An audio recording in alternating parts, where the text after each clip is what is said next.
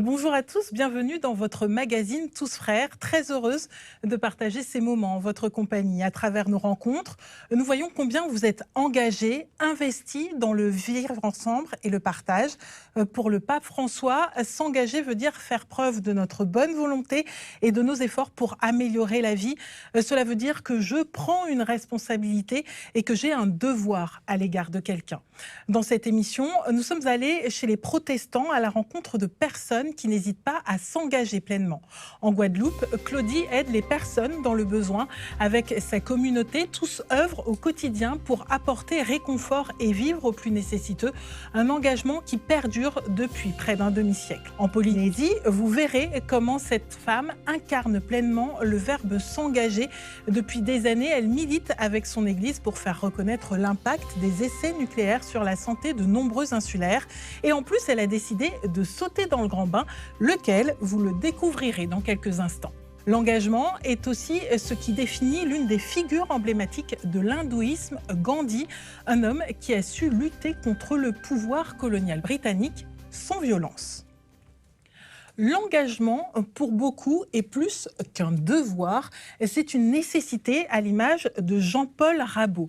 Au XVIIIe siècle, il lutte pour permettre aux protestants de pouvoir vivre librement leur religion, une histoire racontée par Luciano.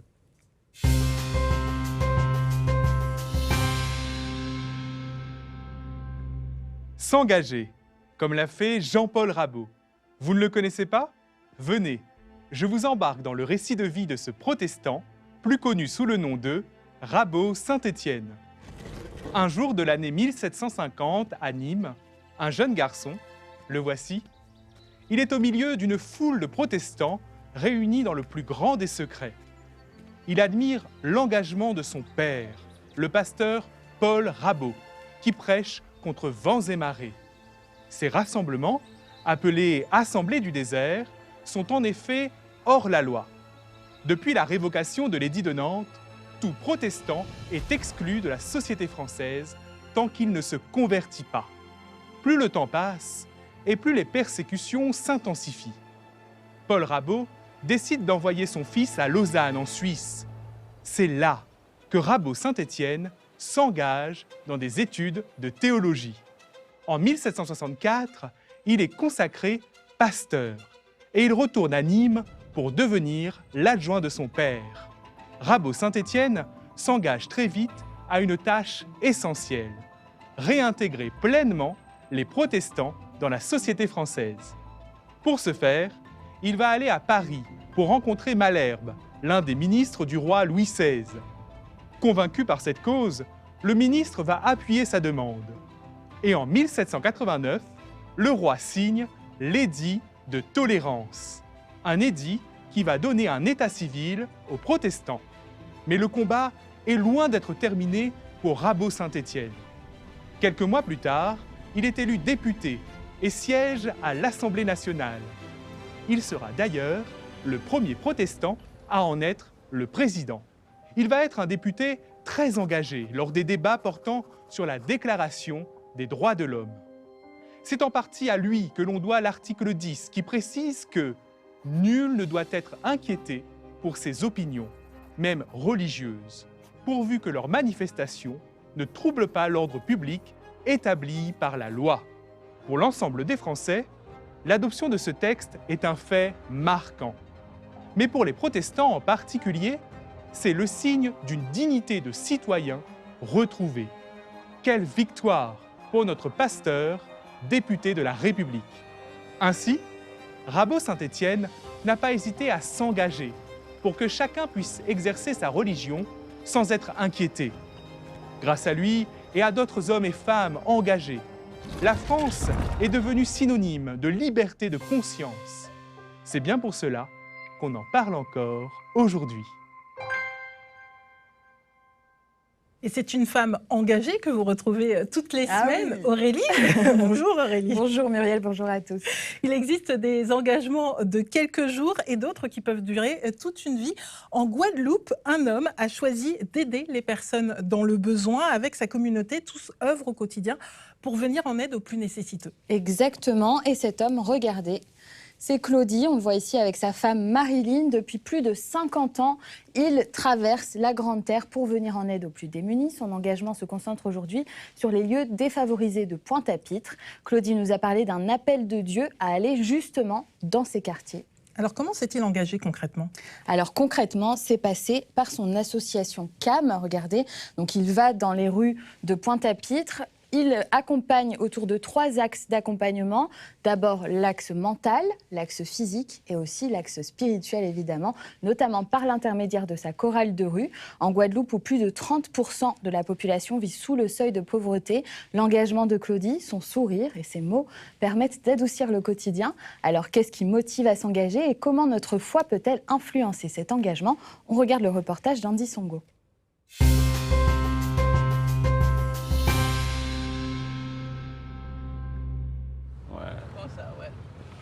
Nous sommes à Pointe-à-Pitre, dans un des quartiers pauvres de la ville. Claudie nous sert de guide. Il connaît chaque zone, chaque rue, mais aussi chaque visage de ceux qui habitent ici. Ok. Aujourd'hui, nous sommes là afin de répondre aux besoins, des nécessités. En gros, c'est depuis en 96 qu'on donne à manger, mais ça fait 8 ans qu'on est à Chemin Neuf. Et là, nous faisons la maraude. Alors, c'est la place de la Victoire, on ira à Bergevin, on ira à Louricis, on ira aussi devant le CHU à Boissard. Des endroits que Claudie connaît bien. Dans ces rues où les SDF se réfugient, les rencontres ont lieu 2 fois par mois. Un rendez-vous très attendu, comme pour cet homme. Même s'il a souhaité garder son anonymat, il a tout de même témoigné de sa reconnaissance envers Claudie et ses bénévoles. Oui, très joli travail, très beau. J'ai pensé que c'était 3 ans. Ouais. Tu parles de 8 ans, voire même beaucoup plus. Ouais. Donc c'est très important, c'est très bien. Eh bien, force ainsi mal. Ok, bon appétit.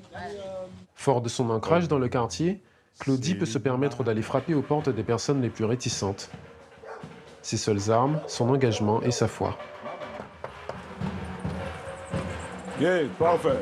Nous allons manger là-bas. Là. Gloire soit à Dieu. C'est bon Dieu qui permet. Nous carrément, c'est bon Dieu. Merci en pile. Ouais. L'homme ne vivra pas seulement de pain, mais de toute parole qui sort dans la bouche de Dieu.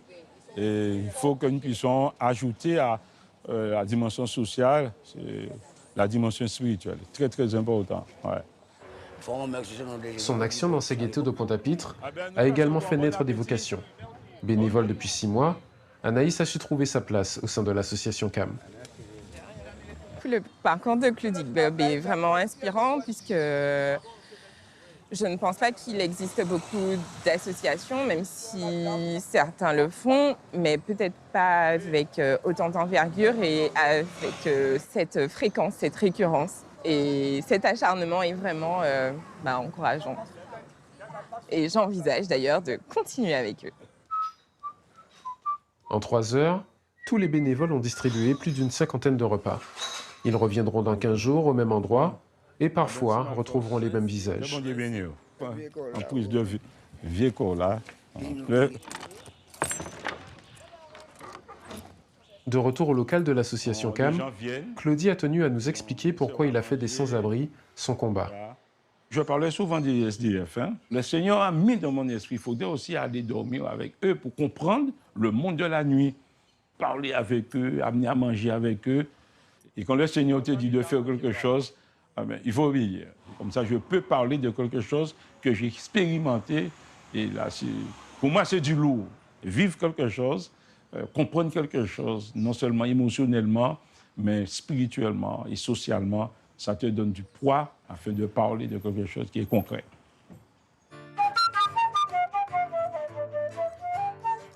Au-delà des maraudes, Claudie s'est engagée dans un groupe de musique protestant, Evangelica. Le but est de mettre un instrument traditionnel, le ka, au service de son engagement missionnaire. L'objectif, c'est porter un petit peu de bonheur, amélioration dans la vie de la cité.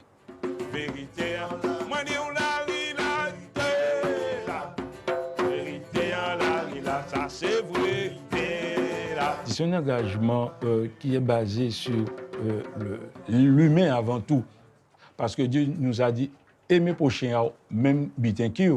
Alors c'est une affaire d'amour réciproque pour ceux et celles qui sont dans le besoin, qui se traduit dans la musique, qui se traduit aussi dans le social.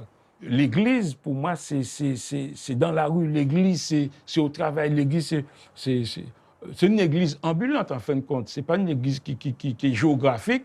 Et à chaque fois, on va dans cette église-là pour rencontrer le Seigneur.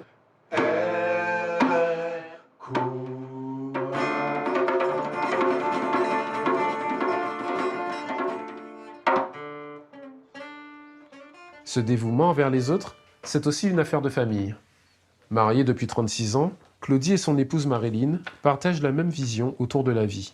Leur leitmotiv, aider et accompagner ceux qui en ont le plus besoin, des valeurs qu'ils ont transmises à leurs enfants. C'est donner de soi, voilà. Ne pas garder pour soi, mais partager ce qu'on a. Quand nous avons commencé, nous avions deux enfants. Les enfants nous accompagnaient aussi dans le local où on servait. C'était des denrées à l'époque. Il y avait des personnes qui passaient. Il y avait une permanence. Et les enfants étaient aussi présents. Et au fur et à mesure, ils venaient avec nous. Et je remercie le Seigneur parce que ça a eu des retombées positives pour la construction, non seulement sociale de mes enfants, mais spirituelle.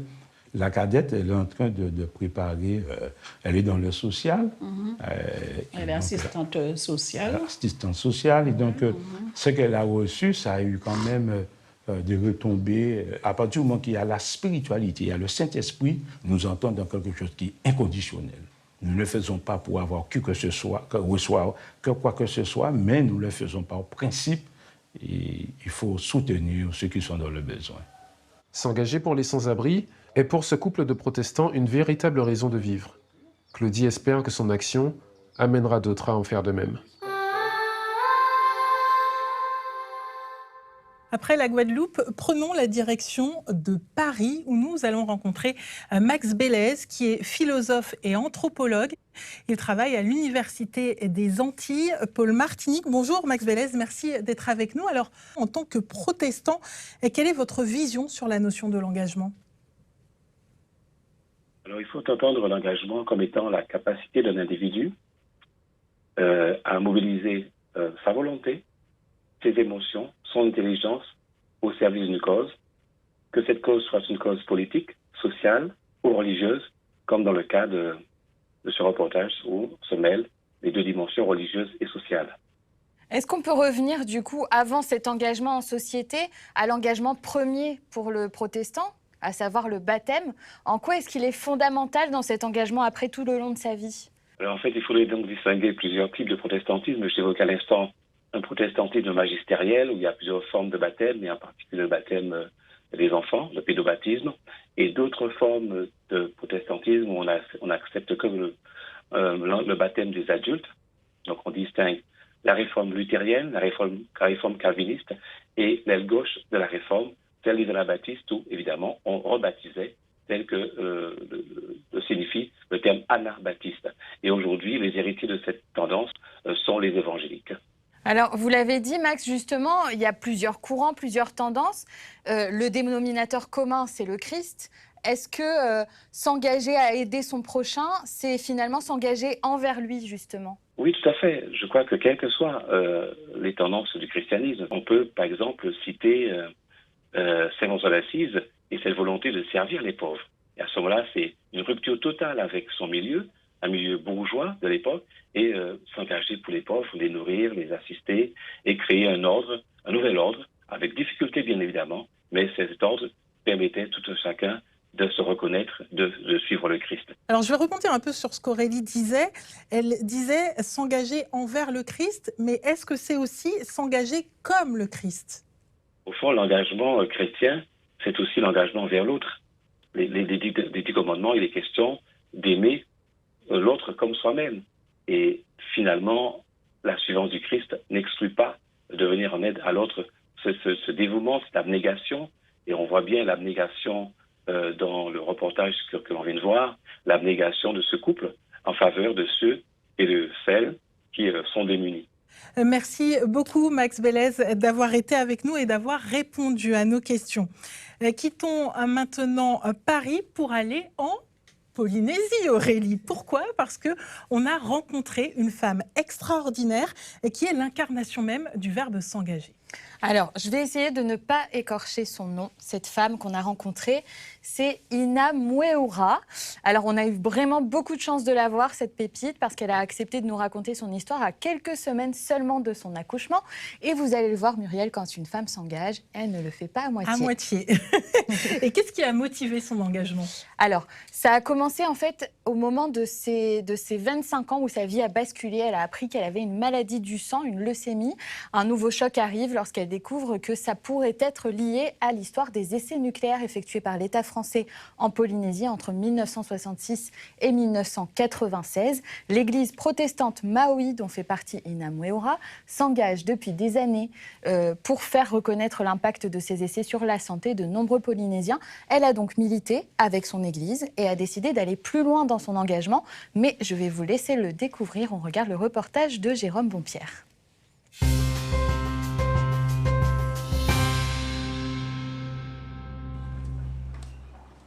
En 2013, j'ai 24 ans, je suis toute jeune maman d'un garçon de 1 an et j'apprends que je suis atteinte d'une leucémie myéloïde chronique. Ça me bouleverse complètement parce que j'étais pas du tout prête à disparaître. J'ai tellement de choses à apprendre à mon fils. Le traitement est lourd, on est très fatigué. J'ai des crampes affreuses, de là à s'évanouir en fait de douleur. J'ai jamais été en rémission totale, mais ça fait 10 ans que j'ai une leucémie et je suis toujours là. En 2018, j'apprends que Oscar Manutei Temaru dépose plainte pour crime contre l'humanité. Donc ça a toujours été un défenseur du combat du nucléaire en Polynésie. Et ça pique ma curiosité, donc je commence à m'intéresser à cette histoire que je ne connaissais pas. Et en fait, j'apprends qu'on a eu 193 essais nucléaires dans les eaux polynésiennes. Et là, je tombe sur la liste des maladies radio-induites et je vois qu'il y a la leucémie dont je suis atteinte et surtout, je vois qu'il y a tous les cancers qui touchent ma famille. Et c'est là, en fait, que je me rends compte qu'on est potentiellement des victimes du nucléaire.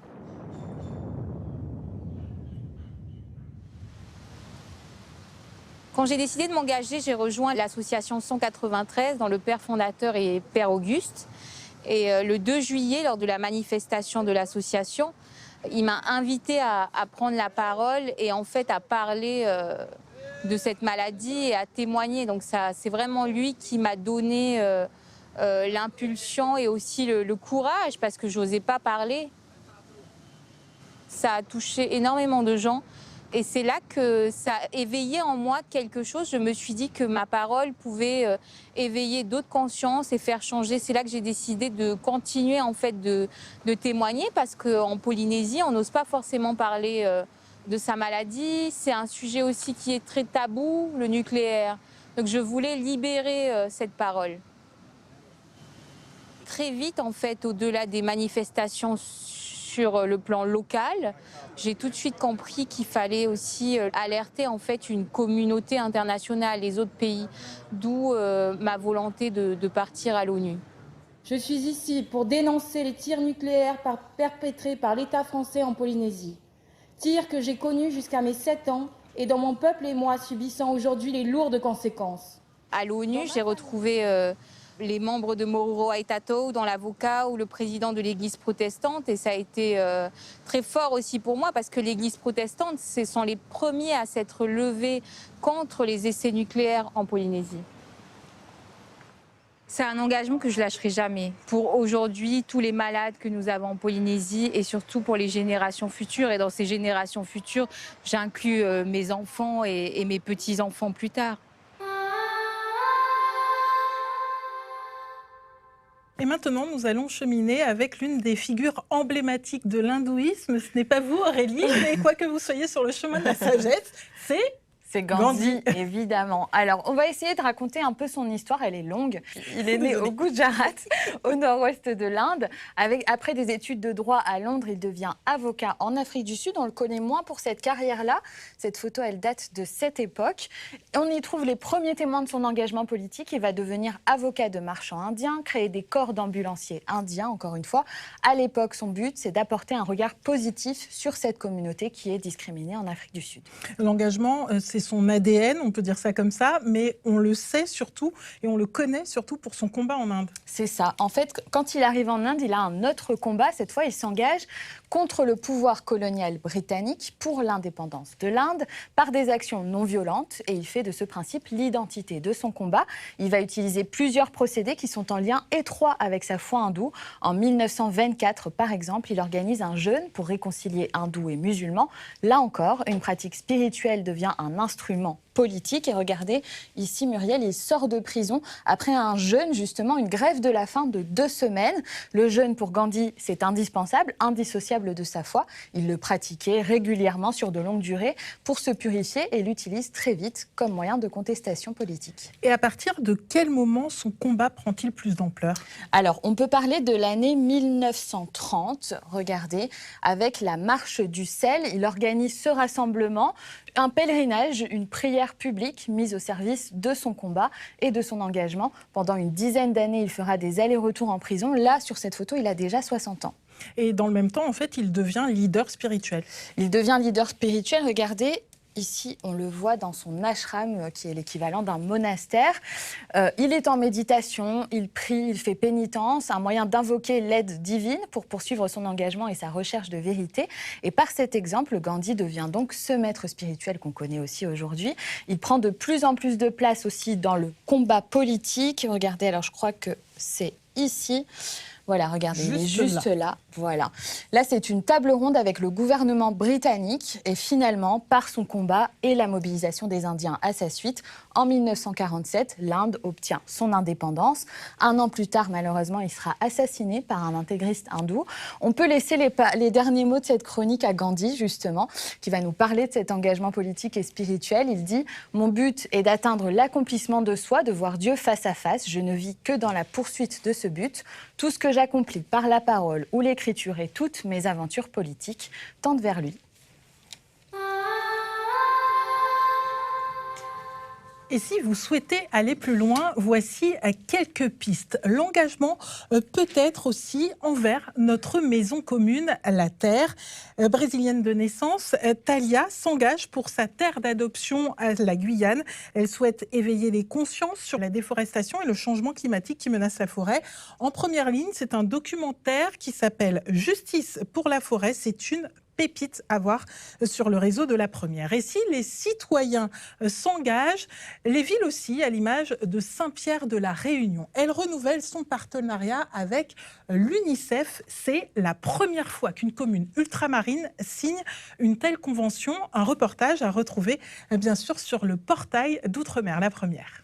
Et vous, Muriel, est-ce que vous avez des causes pour lesquelles vous vous engagez ? Beaucoup, mais je ne pourrais pas les énumérer ici. Évidemment, j'en suis sûre. Est-ce que vous avez des causes pour lesquelles vous vous engagez ? Est-ce que votre foi vous guide sur ce chemin-là ? Venez discuter ou débattre, qui sait, avec nous sur nos réseaux sociaux et sur notre site internet tousfrères.tv. Et avant de nous quitter, retournons sur l'île de la Réunion avec 2 hommes. L'un est aumônier militaire et l'autre commandant supérieur dans les forces armées. Écoutez ce que l'engagement représente pour eux. Je suis sûre que cela vous inspirera pour toute la semaine. À bientôt.